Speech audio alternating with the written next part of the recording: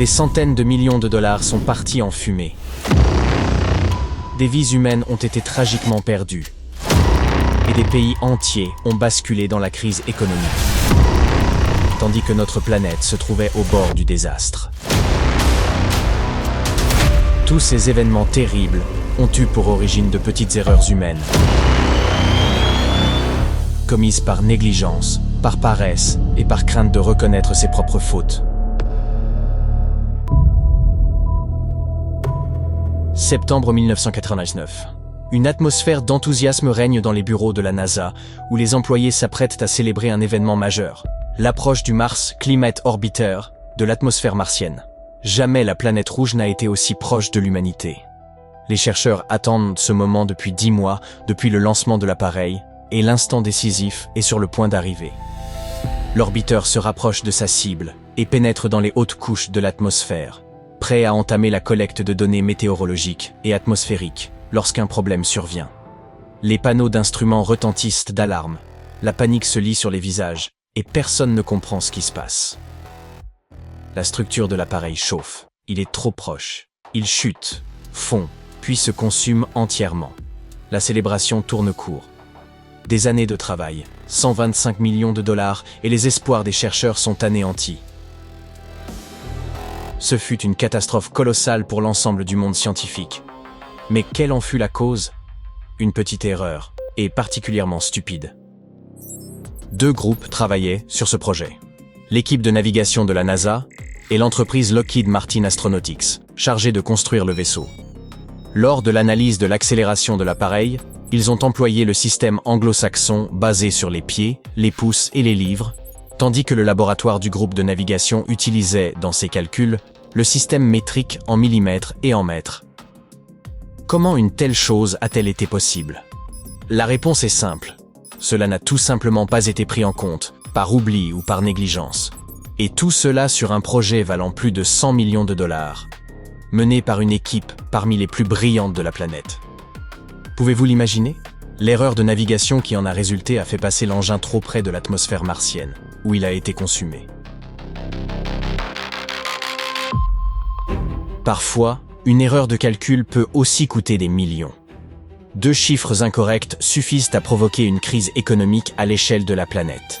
C'est exactement ce qui s'est produit le 1er janvier 2000.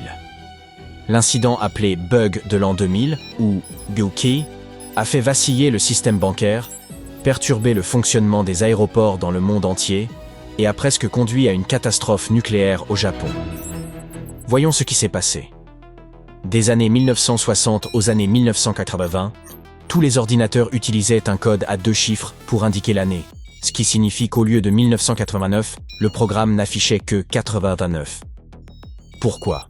Parce que les 2 chiffres supplémentaires exigeaient trop de données en plus, ce qui coûtait cher, et que tout le monde cherchait à économiser. Puis, l'an 2000 est arrivé, et le programme l'a interprété comme 1900. Les compagnies d'assurance et les systèmes bancaires ont paniqué. Ceux qui avaient contracté un emprunt ont découvert des chiffres aberrants dans leurs relevés. Pour un crédit, la banque applique un petit pourcentage toutes les 24 heures.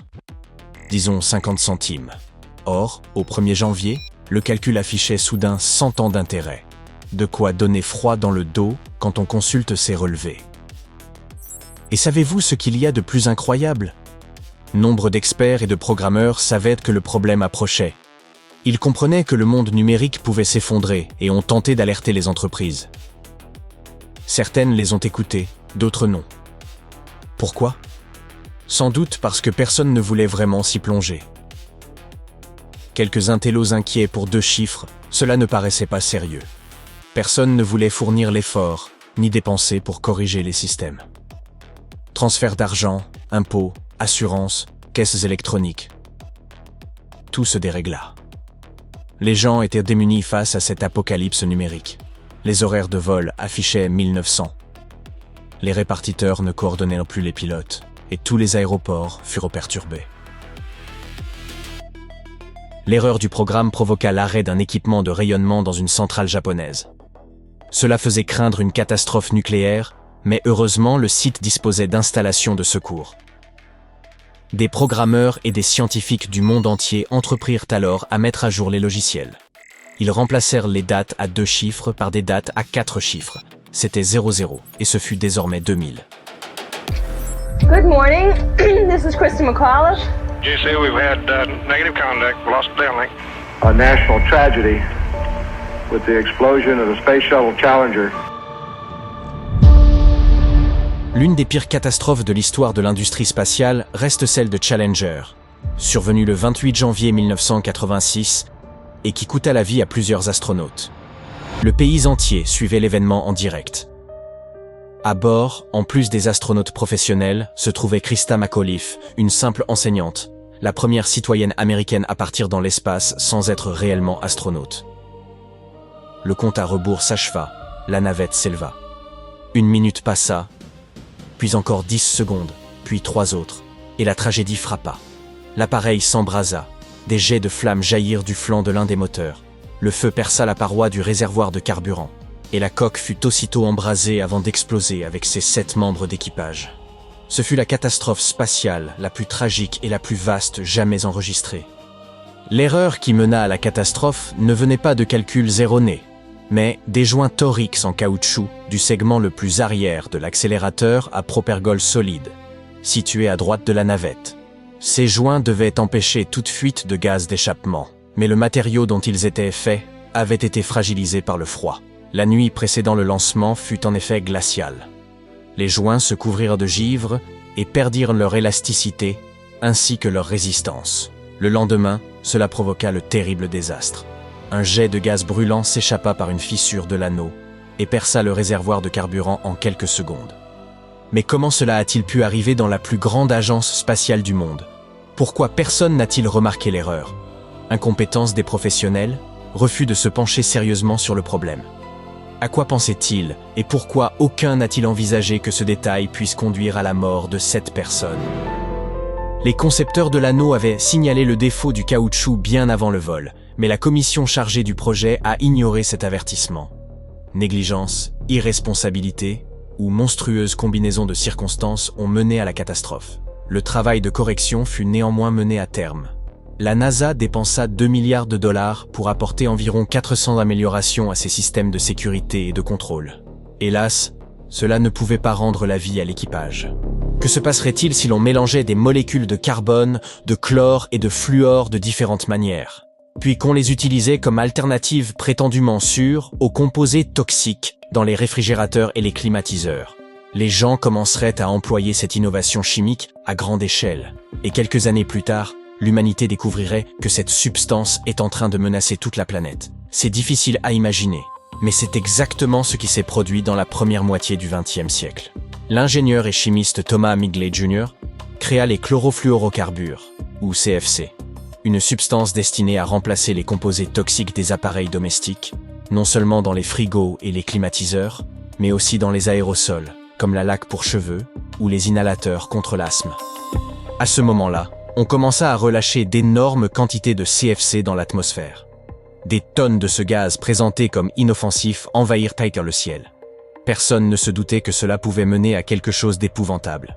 Pendant ce temps, sous l'effet des CFC, des trous commencèrent à apparaître dans la couche d'ozone.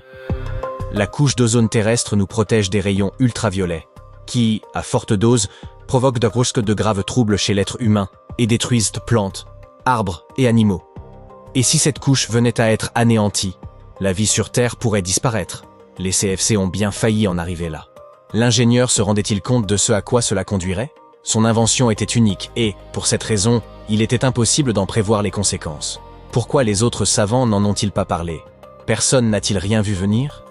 Il faut dire que nous étions au début du XXe siècle. La science n'était pas aussi avancée qu'aujourd'hui, et personne ne savait comment les CFC agissaient sur la nature. Qu'est-ce que cela nous apprend? Qu'il ne faut pas jouer avec des choses que nous connaissons mal. Heureusement, en 1985, les scientifiques ont pris conscience de l'erreur. Ils ont constaté qu'un immense trou dans la couche d'ozone s'était formé au-dessus de l'Antarctique. Des chercheurs et des activistes du monde entier se sont alors unis pour appeler l'humanité entière à cesser la production et l'usage des CFC.